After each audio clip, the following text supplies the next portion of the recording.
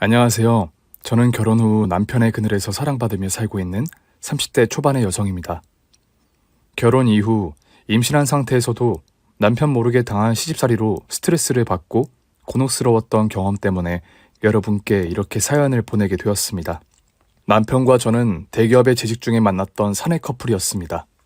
결혼 전부터 호탕하고 남자다운 면모를 가진 남편은 항상 믿음직스러웠습니다. 때로는 호랑이 같고 불같고 무서운 면도 많은 성격이었지만 그런 면이 없던 저에게는 오히려 반할 만큼 남자다워 보였고 장점이었죠. 반면 저는 애교 많고 얌전하고 유연한 성격으로 우리 커플은 사내에서도 찰떡궁합이었습니다. 그래서인지 길지 않은 연애 끝에 저희는 부부가 되었습니다. 그리고 시댁 식구들이 조금 까탈스러워 보였지만 믿음직한 남편 덕분에 크게 신경 쓰지 않았습니다. 결혼 전 남편 집안에 인사드리러 갔을 때도 남편만 있으면 든든하고 문제 없다고 생각됐죠. 혼수는 준비하고 있니? 네? 혼수요? 저희가 모아둔 돈으로 결혼 준비하는데 무슨 혼수요? 결혼 준비에 문제 없어요. 아니, 아가가 시댁에 해올 혼수를 묻는 거지. 어머니, 혼수로 뭐가 필요하신데요? 제가 다 사드릴 텐데 그런 걸로 저와 아내에게 괜히 부담 주지 마세요. 아니, 뭐 사달라는 게 아니라 남들 하는 건 그래도 해야 할 거 아니니? 남들 하는 만큼이 얼만큼인데요? 제가 그동안 집안 일으키고 지금도 다 해드리고 있는데 그런 말씀을 하세요? 그리고 어머니는 저희 결혼할 때 남들 부모님처럼 다 도와주실 거 아니잖아요. 그런 건 다 형편에 맞게 하는 거지. 정해둔 기준이 어딨어요. 그리고 우리 이 집에서 함께 살다가 분가할 생각이에요. 단호박인 남편 성격 덕분에 저는 시어머니께 답변 드릴 필요도 없었습니다. 워낙 남편은 어릴 때부터 공부도 운동도 알아서 잘했다고 합니다. 성인이 된 이후 부모님께 손 벌리는 일은 전혀 없었고 오히려 대기업에 취업한 뒤 남편이 잘 벌어온 돈으로 가족들 형편까지 챙겨왔다고 했었죠. 그래서인지 남편의 가족 중 누구도 남편에게 뭐라고 할 사람이 없었습니다. 시어머니도 그런 아들 기세에 눌려 대소사의 결정조차 아들 말에 쉽게 따라주셨죠. 때문에 아무리 까다롭게 구는 시댁이라고 해도 남편 앞에서는 문제될 일이 없었어요. 그 덕분에 저도 시댁의 분위기가 어떠하든 결혼을 결정하는데 전혀 어려울 게 없었습니다. 너 지난번에도 분명히 얘기했다. 12시 넘어서 집에 들어오는 거 한 번만 더 내가 알면 집에 좋게 못 있어.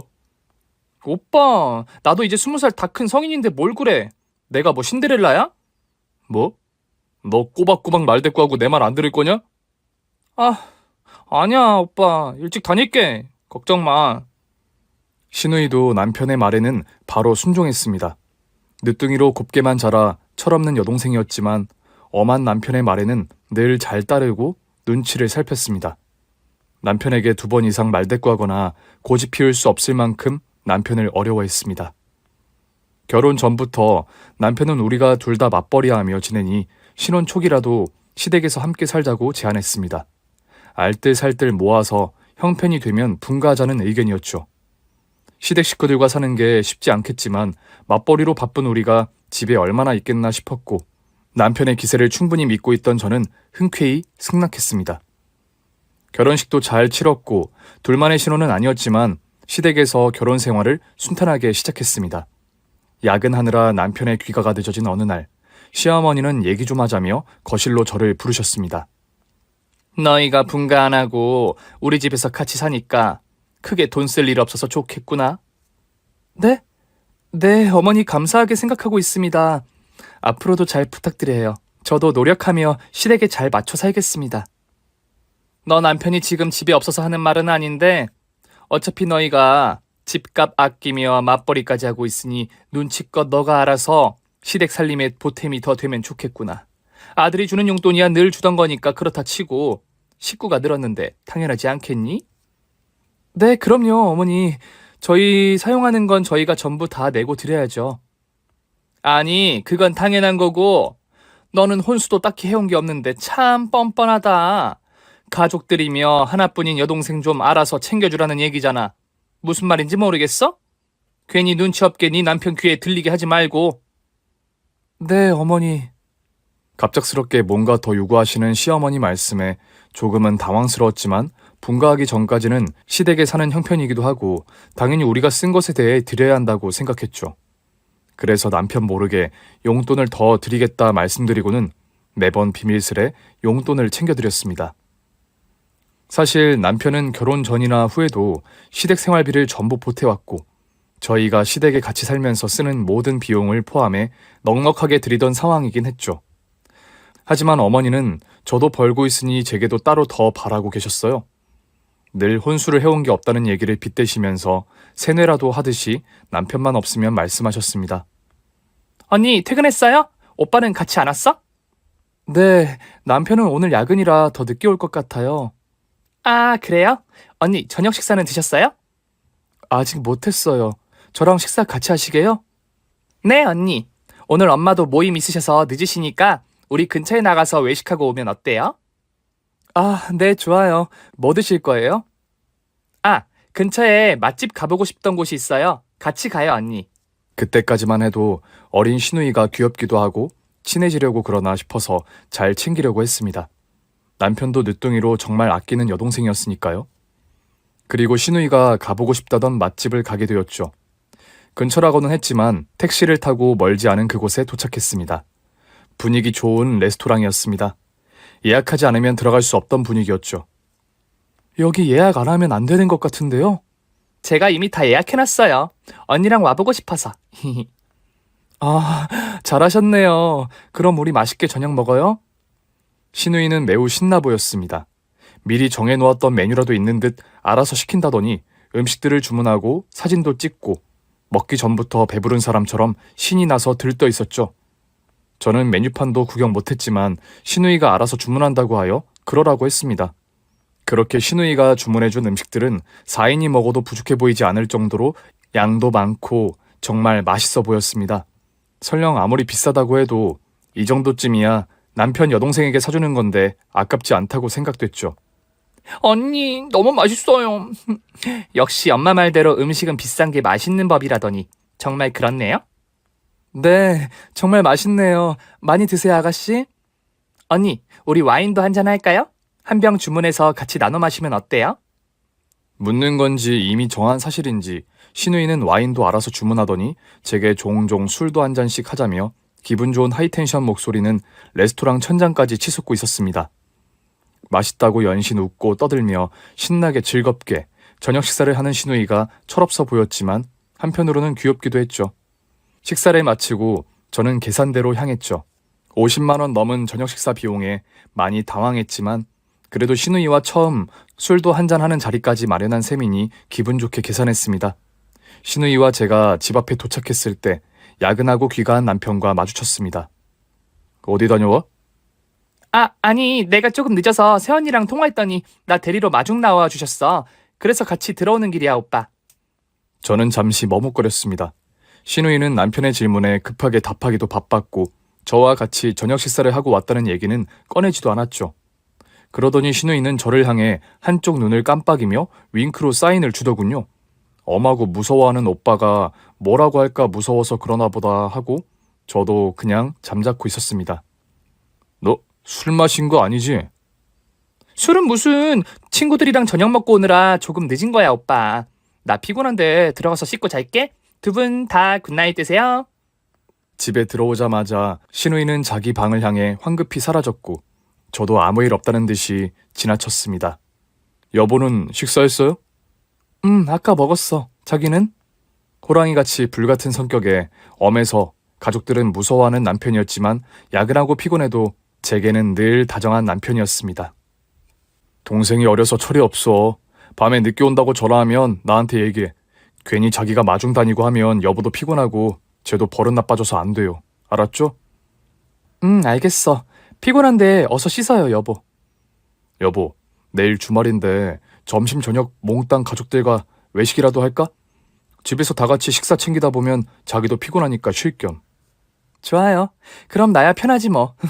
고마워요, 여보. 주말에 저를 쉬게 해주려고 외식을 하자는 남편의 말에 저는 그날 저녁 시누이와 비싼 저녁을 먹었다는 얘기를 꺼낼 생각도 하지 않았죠. 다음 날 남편의 말대로 시댁 식구들과 외식을 하러 나갔습니다. 주말이라고 이렇게 나와서 외식하니까 너무 좋다. 역시 우리 아들이 최고라니까. 맞아, 엄마. 역시 우리 오빠가 최고라니까. 많이 드세요.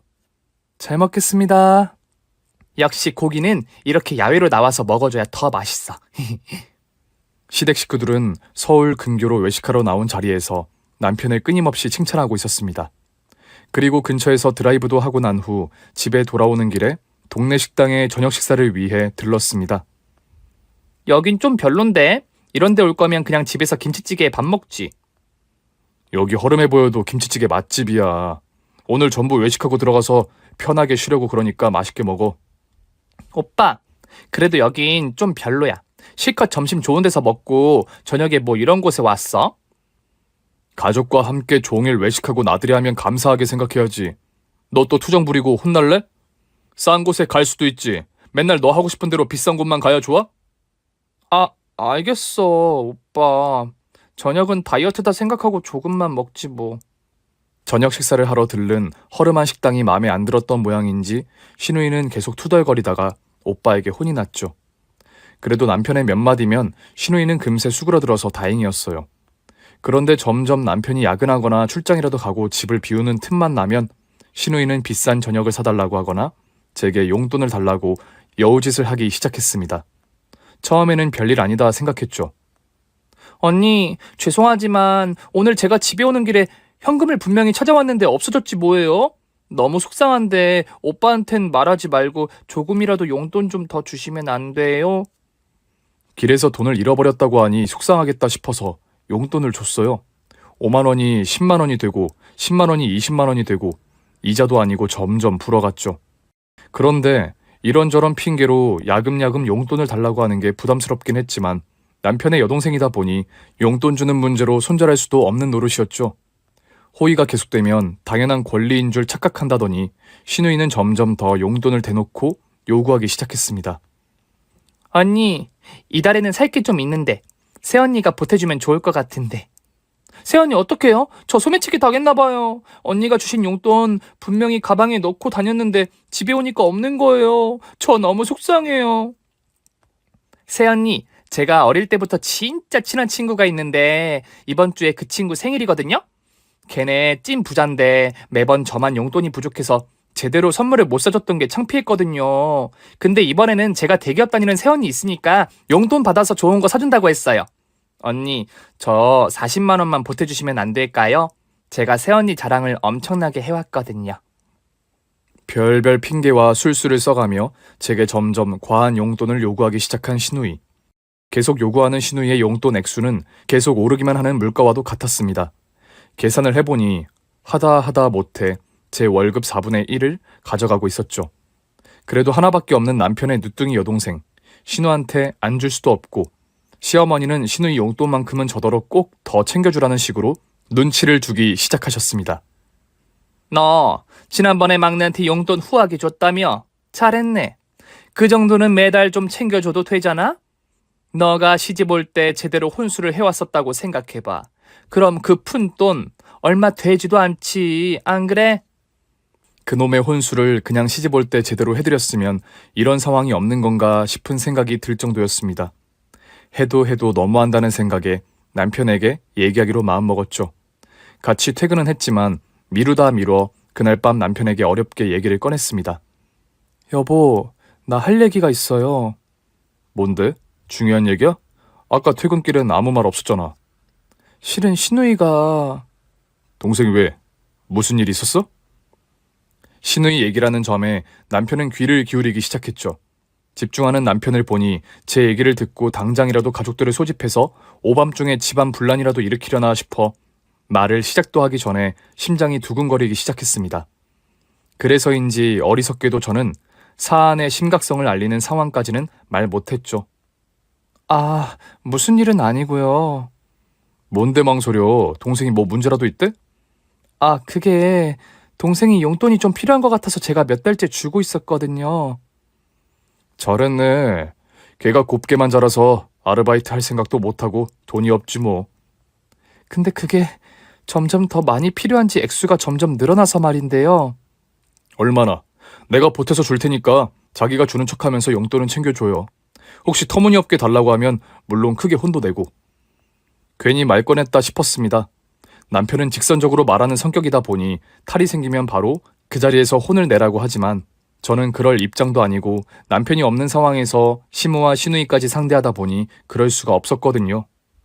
제 입장이나 성격은 생각도 하지 않고 남편이 하는 대로 저도 할 수 있을 거라 생각해서인지 시누이에게는 오히려 용돈 잘 챙겨주라는 답이었죠. 남편은 사안의 심각성을 전혀 모르고 말하는 눈치여서 일단 참고 넘겼습니다. 그렇게 시누이에게 납세자의 의무로 용돈 주기 의무를 다하고 있다 보니 벌써 시댁살이 1년이 지났고 연말 정산이라도 받고 싶은 심정이었지만 답답한 마음은 그대로 간직한 채 남편과 저는 분가를 준비하게 되었습니다. 그래서인지 분가 후 좀 더 편해질 날을 꿈꾸며 그 일은 조금 신경을 덜 쓰게 되었습니다. 분가하고 얼마 지나지 않아 저와 남편에게 아이가 생겼습니다. 바라고 원했던 계획대로 우리는 아이를 맞을 준비를 시작했습니다. 너무나 행복했습니다. 그리고 회사에는 임신으로 인해 휴직계를 내게 되었죠. 시댁에도 임신했다는 사실을 알리려고 직접 찾아가게 되었습니다. 아니, 너가 이 시각에 웬일이니? 언니, 회사 안 갔어요? 아님 휴가라도 내고 놀러 온 거예요? 어머, 휴가 냈어? 우리 아들은 같이 안 왔어? 네, 어머니, 저 혼자 왔어요. 그이는 회사에서 일하고 있고요. 저는 방금 휴직계 내고 오는 길이에요. 제가 실은 임신했거든요. 어머니, 기쁜 소식이라 직접 알려드릴 겸 들렸어요. 그때 시어머니와 시누이는 그저 놀라기만 했습니다. 임신한 제 소식에 기뻐 놀란 게 아니었죠. 시어머니 표정이 갑자기 안 좋아지셨거든요. 아이를 임신했다고? 아니, 벌써 아이를 가졌어? 분가하자마자 너가 작정을 했던 모양이지? 임신 소식에 축하는커녕 갑자기 저는 혼나야 하는 분위기였습니다. 물론 아이야 가져야겠지만 지금은 너무 이르지 않냐는 거지. 맞벌이로 돈을 충분히 벌어서 넉넉해야 좋지 않겠어? 언니, 그럼 저 언니한테 이제 용돈 못 받는 거예요? 회사를 오늘부터 휴직하셨다는 거예요? 아니, 아무리 분가했어도 너희가 1년을 넘게 내 집에서 생활하다가 나간 지 얼마나 됐다고. 내 아들만 돈 벌어오는 상황을 만들면 너는 속이 편하니? 게다가 아이를 가진 게 뭐 유세라고 요즘 같은 세상에 바로 휴직을 해? 일하면서 아이 낳는데 너만 왜 유별나니? 언니, 저 새언니가 대기업 다닌다고 주변에 다 자랑하고 다니면서 새언니가 주는 용돈의 클래스가 다르다고 전부 얘기해놨는데 제 용돈은 전처럼 잘 챙겨주시는 거죠? 아이를 가져서 축하한다는 말은 한마디도 들을 수 없었습니다. 시어머니나 시누이 둘 다 한다는 소리에 저는 놀라지 않을 수 없었죠. 뭐 이런 개소리 망언이 있나 싶었지만 뱃속에 아이도 있고 말 같지 않은 말에 화를 내며 싸우고 싶지 않았습니다. 사실 당혹스러워 어찌할 바 몰랐지만 영혼이 탈탈 털린 상태에서도 유연한 척 답변을 드리고 있었습니다. 어머니, 아가씨, 너무 걱정 마세요. 제가 용돈 챙겨드리도록 할게요. 그리고 분가에서 아이를 가지기로 남편과 계획했던 일이었어요. 남편만 일하라 하고 저 혼자 속편하게 생각한 적도 없었고요. 그저 남편이 저더러 아이 가지면 휴직하고 내조하면서 쉬라고 했던 약속이어서. 너는 순진한 거니? 어디서 꼬박꼬박 말대꾸야? 눈치가 채로니? 남편이 그렇게 말해도 너라도 말리고 아이 갖는 걸 좀 늦췄어야지. 아이고, 답답해라. 죄송합니다. 저는 왜 제가 죄송해야 했는지 모르는 사과를 드리고는 집으로 돌아왔습니다. 축하받아야 마땅할 날, 사죄드리고 온 제 기분은 정말 엉망이었습니다.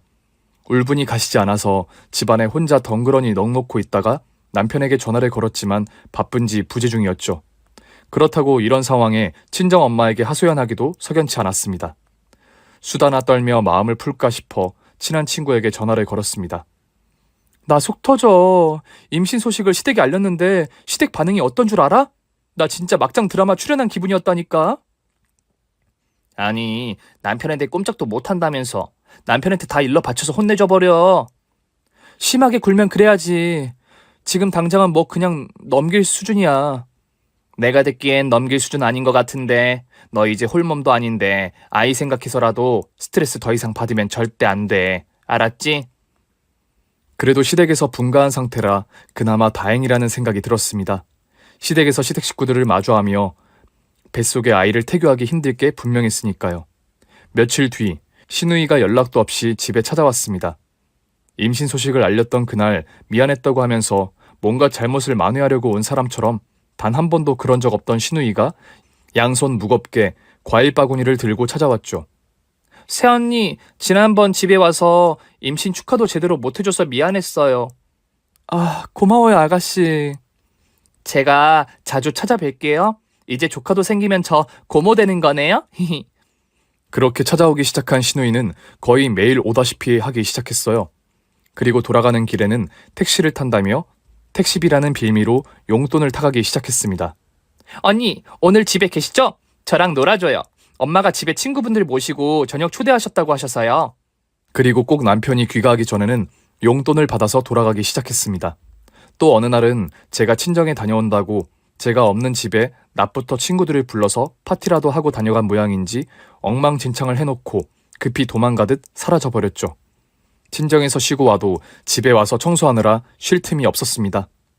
언니, 제가 친구들하고 오빠 집에서 노는데 냉장고에 먹을 게 거의 없더라고요. 그래서 제 돈으로 냉장고 음식 사다 놓고 먹었다니까요. 그래서 용돈 다 써버렸어요. 언니 먹을 음식까지 채워놓느라고요. 집에 와서 난장판을 해놓는가 하면 자기가 오히려 냉장고 음식을 채워놓느라 용돈을 다 썼다면서 분가하기 전보다 더하게 용돈을 뜯어가기 시작했습니다. 그리고 어머니까지 함께 와서 어지럽히기도 하셨죠. 내일 집에서 손님 접대를 하기로 했는데 하필 김치가 딱 떨어질 게 뭐니? 너 뱃속에 애기도 있는데 오라가라 성가실 것 같아서 여기로 배추 좀 시켰어. 여기서 담그면 너희들 먹기도 좋고 우린 조금만 가져가면 되니까 김치 좀 담그자. 남편이 출장을 며칠씩 가 있을 때 시어머니는 저희 집으로 배추를 잔뜩 배달시켜 두셨습니다. 저희 집에서 김장을 해간다고 오셔서는 여기저기 난장판으로 만들어 놓으시고 제가 거들지 않을 수 없게 하셨죠. 그 와중에 시누이는 고기를 삶아서 배추김치에 저녁을 먹자며 성화였습니다. 어머니는 소금이 어디 있냐, 고춧가루는 어디 있냐 하시면서 이것저것 잔심부름을 시키시고 한시도 쉴 틈을 주지 않으셨습니다. 김치를 담그고 저녁을 드시자 피곤하시다면서 남편도 며칠 없는데 주무시고 가겠다 하시더니 그렇게 며칠씩 동침하시면서 매일 식사 반찬 타박에 집안일까지 제가 임신한 사실을 잊고 계신 것만 같았습니다. 물론 시댁 식구들이 남편 집에 없는 날 주무시고 놀다 가실 수 있지요. 그렇지만 좋게 계시다가 가신 적 한 번 없이 핀잔을 들으며 잔심부름에 식사까지 챙겨드리면서 저는 시댁에서 살 때보다 더한 시집살이를 하게 되었습니다. 게다가 뱃속의 아이도 점점 커지고 있는데 말이죠. 도무지 이렇게 지낼 수 없겠다 고민하고 있었습니다. 그리고 제 건강이 걱정된 친한 친구가 집에 놀러 온 날 친구에게 제 상황을 털어놓게 되었습니다. 너 지난달보다 얼굴이 안 좋은데 컨디션은 괜찮은 거야? 친구가 태교에 좋다는 선물들을 챙겨왔다가 제 안색을 보고 걱정하기 시작했죠. 저도 사람인지라 딱히 하소연할 곳이 없어 친구에게 그동안에 있었던 시댁 식구들 험담을 하게 되었습니다. 가족보다 더 챙겨주고 저를 잘 알던 친구는 묘책의 방법을 제시했습니다. 이제 시댁에서 시집살이하며 사는 것도 아닌데 여기 너희 집이니까 내 말대로 해봐. 남편이 너 얘기만으로 못 믿을 걸 대비해야지. 그들을 주도 면밀하게 전부 체크해놓고 결정적인 순간에 당황하도록 말이야. 그렇게까지 해야 할까? 내가 지금 너라면 난 당장 신고라도 할 판이야. 네가 그렇게 당하고 설렁설렁 넘어가 주니까 그들이 더 하는 거라니까. 요즘 누가 그런 시집살이를 참냐? 게다가 뱃속에 아이까지 있는데 너 계속 참고만 있으면 내가 너 남편 만나서라도 다 말할 참이니까 답답하게 굴지 말고 일단 내가 말한 방법대로 해보자. 친한 친구의 말대로 저는 계속 당하고만 있다가는 뱃속의 아이에게까지 나쁜 영향이 생길까봐 걱정되었어요. 그래서 친한 친구가 제안한 방법으로 그들의 민낯을 고스란히 참아내기 시작했습니다. 그 후로도 시어머니와 시누이는 남편이 집을 비우면 언제든 아무 때나 찾아오셨습니다. 제가 임신한 몸이니 챙겨주시기라도 하듯이 남편에게 거짓말을 번번이 하시고는 점점 뻔뻔하게 저를 막대하기 시작하셨죠. 하루하루 피곤한 몸 상태여서 정신적으로도 너무 스트레스를 받아서인지 얼굴 안색이 좋을 리가 없었죠. 여보, 오늘 많이 피곤해 보이네? 별일 없었어요? 별일이야 많죠. 어머니와 시누이가 오늘도 다녀갔어요. 무슨 말이야? 말해봐. 어머니랑 동생이랑 혹시 자기 귀찮게 하고 간 거야? 전화 좀 줘봐. 당분간 우리 집에 오지 말라고 하게. 아, 아니에요. 저 혼자 있으니까 점심때 식사하고 가신 거예요. 그냥 뭐 그랬다고. 당시 남편은 회사에서 승진 문제며 과한 업무로 스트레스로 심적인 부담이 컸었죠. 그래도 가족들을 위해 돈 버느라 힘든 내색도 하지 않고 취미생활도 없이 출퇴근만 오가는 상황이었습니다. 피곤하고 힘든 업무로 지치면 집에서 쉬고만 싶을 남편의 심정을 제가 누구보다 더 잘 알았기에 더 이상 걱정 끼치고 싶지 않았죠. 그런 와중에도 남편은 회사 쉬는 날이면 저를 위해 최선을 다했고 늘 제 편에서 보살펴주고 챙겼습니다. 그렇다 보니 당시에는 시댁에서 남편 모르게 저를 괴롭히는 일 모두를 낱낱이 말할 상황도 아니었어요. 내심 언젠가는 꼭 사실을 밝혀서 알게 되는 날 분명 그들이 행한 대로 갚아주리라 생각했고 아이를 위해 조금 더 참았습니다. 그러던 어느 날 사전에 말도 없이 시어머니는 지인들을 모시고 저희 집에 불쑥 찾아오셨습니다. 임신한 저에게 맛있는 걸 사주겠다면서 저녁 식사 모임을 하자더군요. 물론 시누이도 같이 데리고 왔었죠. 이제는 일상 다반사가 되어버려서 크게 놀라울 일도 아니었습니다. 얘야, 인사하렴. 나랑 친한 지인분들이셔. 이쪽은 아들이 우리 아들처럼 땡땡 기업에 다니고 이쪽은 남편이 대기업 총수시고 또 여기도 딸내미가 너처럼 대기업 간부란다. 고급스러운 옷들을 차려입고 방금 헤어 메이크업 받고 오신 분들이 비싼 가방들을 하나씩 들고 집안에 들어오셨습니다. 어머, 며느리가 만삭이 다 되어가나 보네. 곧 할머니 소리 듣겠어. 어찌나 자네 어머니가 자랑을 해왔는지 몰라. 며느리가 대기업 다니면서 온갖 명품을 사다 준다고 세상에 시누이까지 명품으로 치장해줬다면서? 그런 며느리가 어디 있냐며 우리가 엄청 시샘까지 했었다니까. 그 잘난 며느리 오늘에서야 만나보네. 시어머니와 함께 오신 지인들은 비슷한 부류로 보였습니다. 명품 가방 들고 자랑하기 바쁘신 분들 같았죠. 그리고 사실 신혼 초 딱 한 번 말고는 시어머니나 시누이에게 명품을 사다 준 적도 없었는데 아마도 제게 뜯어냈던 용돈으로 명품 사면서 시누이와 사치를 부리고 다니셨던 모양이었습니다. 그날도 분통이 터졌지만 어처구니 없는 시달림을 참으며 하루가 지났습니다. 출산이 가까워지던 어느 날 시어머니는 제게 전화하시더니 점심때 외식하자고 저를 데리러 온다고 하시더군요. 사실 그날 저는 너무 몸이 무거워서 어머니께 양해를 구하고 사양했으나 시모는 버럭 화를 내시면서 어른이 부르면 잔말 말고 나올 것이지 아이 가져서 상전이냐는 둥 말이 많다고 면박을 주셨죠. 어쩔 수 없이 억지로 외출 준비를 하게 되었죠. 시어머니는 도착해서 저더러 왜 이렇게 준비가 늦냐며 빨리 나가자고 재촉하셨고 몸이 무거운 저는 뒤뚱거리며 겨우 외출 준비를 마쳤습니다. 아무리 만삭이 가까워도 그렇지. 미리부터 내가 전화까지 해서 준비 좀 해두라고 했더니 넌 왜 매번 늑장을 부리는 거야? 배고파. 언니 아직 멀었어요? 저 오늘 늦잠 자느라 한 끼도 못 먹었는데. 네, 다 되었어요. 늦어서 죄송해요. 준비가 늦는 것을 답답해하시던 시모는 제 대답이 끝나기도 전에 먼저 나가 있겠다며 시누이를 데리고 함께 밖으로 먼저 나가셨죠. 저는 마음이 급해졌지만 그래도 차분하게 현관문을 나섰고 대문까지 이어진 계단으로 향했습니다. 시모와 시누이가 보이지 않아 조금 더 서두르며 계단 옆에 있는 손잡이를 잡고 한 걸음씩 내려가고 있었죠. 그런데 그때 누군가 제 뒤에서 확 밀치는 걸 느꼈습니다. 그리고 저는 그 뒤의 상황은 기억이 나지 않았습니다. 넘어지면서 그대로 정신을 잃고 만 것입니다. 남편은 회사에서 바쁘게 일하던 중 갑자기 119를 통해 연락을 받았다고 합니다. 네, 제가 남편인데요. 무슨 일이시죠? 뭐라고요? 어느 병원이죠? 전화를 받고 응급실로 정신없이 달려온 남편은 시어머니와 시누이를 만나 무슨 일인지 흥분해서 묻기 시작했답니다. 대체 무슨 일이야? 아내는 어딨어? 아내 상태는 괜찮은 거냐고요? 아이는? 아니 글쎄, 며느리가 맛있는 걸 먹고 싶어 하길래 내가 데리러 간다고 갔지. 집에서 쉬라고 했는데 하도 답답하다며 나가고 싶다고 해서 데리러 간 거라니까. 근데 며느리가 나갈 준비를 하도 늦게 해서 우리가 미리 나가서 기다렸지. 먼저 밖에 나와 기다리는데 그때 며느리가 혼자 현관 계단 내려오다가 계단에서 미끄러진 모양이었어. 그래서 지금 상태는요? 괜찮냐고요? 계단에서 미끄러졌다고? 아니 만삭인 아내를 데리고 어딜 가려고 하신 거냐고. 제정신들이에요? 그래서 지금 제 아내 어디 있냐고. 아니 며느리가 계속 밖에 나가서 뭘 먹고 싶다고 하도 그러니까 내가 데리고 간 거라니까. 누가 강제로 데리고 나갔니? 왜 내 말은 안 듣고 화만 내는 거야? 그래도 그렇지. 외출을 말렸어야죠. 지금 아내가 홀몸도 아니고 만삭인 거 몰라서 그래?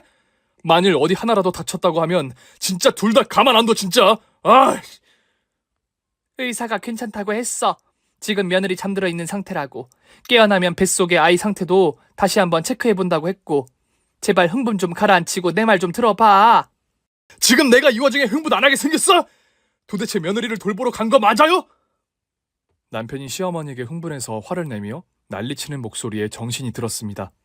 응급실에 커튼을 쳐놓은 침상 안에서 남편을 불렀습니다. 여보, 저 여기 있어요. 남편은 제 목소리를 알아듣고 바로 커튼을 젖혔습니다. 눈가에 눈물로 범벅이 된 상태의 남편은 제 상태부터 살폈습니다. 어떻게 된 거야? 괜찮아, 여보? 모르겠어. 지금 너무 정신이 없어. 자기 목소리에 깨어난 건데 여기 병원 아니에요? 저는 그때도 비몽사몽 정신이 없었습니다. 남편은 신우이에게 인상을 쓰며 의사든 간호사든 당장 불러오라고 호통을 치기 시작했습니다. 야, 너 뭐하고 있어? 의사나 간호사 좀 불러와 어서! 신우이는 당황하다가 시어머니의 눈치를 살피더니 남편에게 혼인하고 누구든 호출하러 갔죠. 잠시 후 의사가 와서 다행히 아이의 상태도 괜찮다고 전했습니다. 저는 아이가 무사하다는 의사의 말에 정신을 차리고 남편에게 사실대로 말하기 시작했습니다. 여보, 제가 병원에 와서 정신이 든 건 맞아요. 그런데 아까 제가 현관 계단을 내려오는 순간 누군가 저를 밀어서 계단 밑으로 밀었어요. 거기까지는 분명히 기억나요. 뭐라고? 누가 당신을 밀었다고? 계단에서? 누군가 저를 밀었다고 말하자 남편은 시무와 신우이를 쳐다보면서 호랑이로 돌변해 추궁을 시작했습니다. 누구야 대체? 내 집에서 내 아내와 아이에게 그런 몹쓸 짓을 한 사람이 누구냐고 묻잖아! 내 말 안 들려? 어머, 아가야. 너가 정말 정신이 없었나 보다. 지금 무슨 소리를 하는 거니? 그러게, 새언니가 아까 충격이 커서 횡설수설하나 보네. 남편은 바른 대로 말하라며 계속 그들을 압박하고 추궁하기 시작했죠. 여보, 흥분할 필요 없어요. CCTV 돌려서 확인해 보면 돼요. CCTV를 확인한다고? 현관에 그런 게 어디 있어요, 언니? 오빠, 지금도 새언니가 정신이 없으니까 이상한 소리 한다니까? 이상한 소리? 저 지금 정신 온전히 돌아왔고 사실만 말씀드리고 있는 거예요. 우리 집 대문부터 거실, 부엌까지 어머니와 시누이, 당신들이 오가는 동선에는 모두 CCTV 설치해뒀었죠. 몰랐죠? 제가 언제까지 당하고만 살 거라 생각한 거예요? 친한 친구에게 시집살이로 힘들고 괴롭다고 고민을 털어놓자 친구가 제안했던 방법은 CCTV 설치였습니다. 저는 남편도 모르게 바로 CCTV를 설치해 두었고 그들은 전혀 눈치채지 못했죠. 그런 줄도 모르고 계속 더한 시집살이를 시켰던 거예요. 저는 남편에게 핸드폰에 연동되어 있는 CCTV를 꺼내 보였습니다. 현관 계단에서 저를 밀치는 두 사람이 등장했죠. 남편은 경악했고 어머니와 시누이의 멱살을 잡고 흥분하기 시작했습니다. 소란스러워지자 병원 측에서 경찰에 신고했고 경찰들이 도착했습니다. 시어머니와 시누이는 저희가 분가하고 난 후 시댁에서 함께 지낼 때보다 용돈이 적어지자 시누이의 어리석은 제안에 시모까지 가담하여 끔찍한 계략을 꾸며 일을 저지르고 말았던 겁니다. 제가 아이를 낳고 나면 회사에 복직할 일도 없어질 테고 그렇게 되면 몇 년은 더 육아에 전념할 게 뻔해지자 심지어 분가한 집에 찾아와서 우리 아이를 어떻게든 유산시키려고 고된 시집살이로 괴롭혔던 것이죠. 그러나 번번이 그들의 계략이 실패하고 제가 출산하는 날이 임박해지자 시간이 없다고 느꼈는지 점점 괴롭히는 수위가 심해졌던 겁니다. 그리고 만삭인 저를 계단에서 밀쳐내는 사태까지 벌였던 것이죠. 얘야, 진정해봐. 이것 좀 놓고. 내가 지금 얼마나 마음이 아픈지 모르겠니? 내가 며느리를 밀쳐낸 게 아니라 미끄러지려던 애를 잡아주려고 한 거라고. 시모는 끝까지 잘못을 시인할 생각이 없어 보였습니다. 갖가지 핑계를 대며 슬퍼하는 척 연기하기 시작했습니다. 처음에 저는 시어머니와 시누이의 시집살이를 당하기도 했지만 계속되는 괴롭힘을 그대로 두다가는 큰일 나겠다 싶었죠. 그래서 가족 모르게 집안에 CCTV를 설치하면서 시댁 식구들의 만행을 증거로 모아두기 시작했습니다. 그리고 바보같이 당하는 척하며 고된 시집살이도 버텨왔던 것입니다. 현관에서 밀쳐내는 녹화본 말고도 그들이 저에게 저지른 증거들은 메모리의 분량을 가득 채우고 있었습니다. 남편이 모든 정황을 확인하는 사이 얼굴이 창백해진 신우와 시어머니는 제 남편에게 계속 변명하기 시작했습니다. CCTV 증거들을 확인한 남편은 시모와 신우에게 거두절미하고 말하더군요. 오늘부터 우리는 남입니다. 당신 아들, 오빠는 지금부터 죽었다고 생각하고 없는 셈 치세요. 남편은 이미 병원에 도착해 있던 경찰에게 시어머니와 시누이를 연행하라며 넘겼습니다. 남편은 경찰들에게 잡혀가는 가족들에게 눈길조차 한번 주지 않았죠. 그저 울면서 제게 계속 미안하다며 사과했습니다. 많이 힘들었을 텐데 몰라줘서 미안하다고 끊임없이 울고 있었죠. 왜 그랬어, 여보? 이건 아니잖아. 아이를 생각해서라도 하루빨리 나한테 말했어야지. 그동안 혼자 참고 있었어? 바보같이 혼자 힘들 줄도 모르고. 미안해, 정말. 나의 불찰이었어. 잘못했어, 여보. 그렇게 사건은 마무리가 되었고 저희는 다행히 건강하게 예쁜 딸아이를 출산했습니다. 그리고 결국 시모와 시누이는 각각 징역 6개월을 살게 되었습니다. 그런데 출소한 후 우리 집에 또 찾아왔죠. 그들은 대문 앞에서 무릎을 꿇고 용서를 빌었지만 남편은 그들을 보자마자 집 앞으로 소금을 가지고 나가더니 내쫓을 심산으로 마구 뿌려댔습니다. 그래도 그들이 꿈쩍하지 않고 남편에게 계속 집 안에 들어가게 해달라며 조르기 시작했습니다. 미안하다. 정말 내가 잘못했어. 용서를 바라지는 않을게. 태어난 아기 얼굴만 좀 보게 해주면 안 되겠니? 그러자 남편이 집에 있던 캡사이신 가지고 나가더니 시모와 시누이에게 마구 뿌리며 광분하기 시작했습니다. 내가 분명 당신들한테 이제 남이라고 선 그었는데 아직도 정신을 못 차린 거야? 왜 또 찾아와서 난리냐고. 다신 보고 싶지 않으니 꺼지라고. 남편은 그들에게 당장 내 집 앞에서 떠나지 않으면 다른 더한 개망신을 주겠다고 으름장을 놓았습니다. 시모와 시누이 얼굴이며 온몸에 소금과 캡사이신으로 엉망이 되어 있었죠. 게다가 매워서 난리가 난 시어머니와 시누이는 얼굴과 옷을 닦느라 정신이 없었습니다. 그때 남편은 집안에서 무언가 무기될 만한 것을 다시 챙겨 나가는 듯 보였죠. 그 모습을 보고 시모와 시누이는 화들짝 놀라며 남편이 따라오는지 살피더니 불이 나게 도망치기 시작했습니다. 그 뒤로 남편 무서워서 절대 찾아오는 일 없는 시댁 식구들과는 모두 단절하게 되었습니다. 남편은 지금도 당시의 사건으로 여전히 가족들을 용서할 수 없다는 입장입니다. 제가 CCTV에 남겼던 증거들, 남편은 자기 가족들의 민낯을 절대 잊을 수 없다고 말했죠. 저 역시 참고 버텨오면서 끔찍했던 시간이었습니다. 쉽게 잊지는 못하겠지만 그래도 남편만 믿고 의지하면서 앞으로는 좋은 일만 생기기를 바라고 있습니다. 결혼 생활은 부부만을 생각하며 살기 힘들 때가 많습니다. 양가 가족들과의 관계까지 챙기다 보면 부부 둘만의 결혼 생활은 온전히 집중하기는 어렵죠. 뜻밖의 상황에 부딪혀 부부 관계가 위태해지기도 하고 위기의 순간이 오기도 하니까요. 그래도 그럴 때 최우선은 부부 둘만의 행복인 것 같습니다. 저 역시 시어머니와 시누이의 무차별한 괴롭힘 속에 숨어버리거나 도망쳐버리고 싶던 순간도 많았습니다. 그러나 결국 결혼은 남편과 제가 믿고 의지하며 삶을 공유할 때 그 어떤 힘든 일도 함께 극복해낼 수 있는 거란 생각이 듭니다. 그래서 지금은 전보다 더 제 안전과 건강에 신경 써주고 아껴주는 남편을 내조하는 데 힘쓰고 있습니다. 게다가 아빠를 닮아서 나날이 씩씩하게 자라고 있는 예쁜 딸아이도 함께 잘 키우며 똘똘 뭉쳐 살아가려고 합니다. 누구도 방해하지 못하는 튼실한 가정으로 말이죠. 여러분들도 가족이나 타인으로 인해 불행해지는 일이 없으시길 진심으로 바라겠습니다. 제 사연은 여기까지입니다. 긴 사연을 들어주신 분들 모두 오늘도 평안한 하루 되세요. 감사합니다.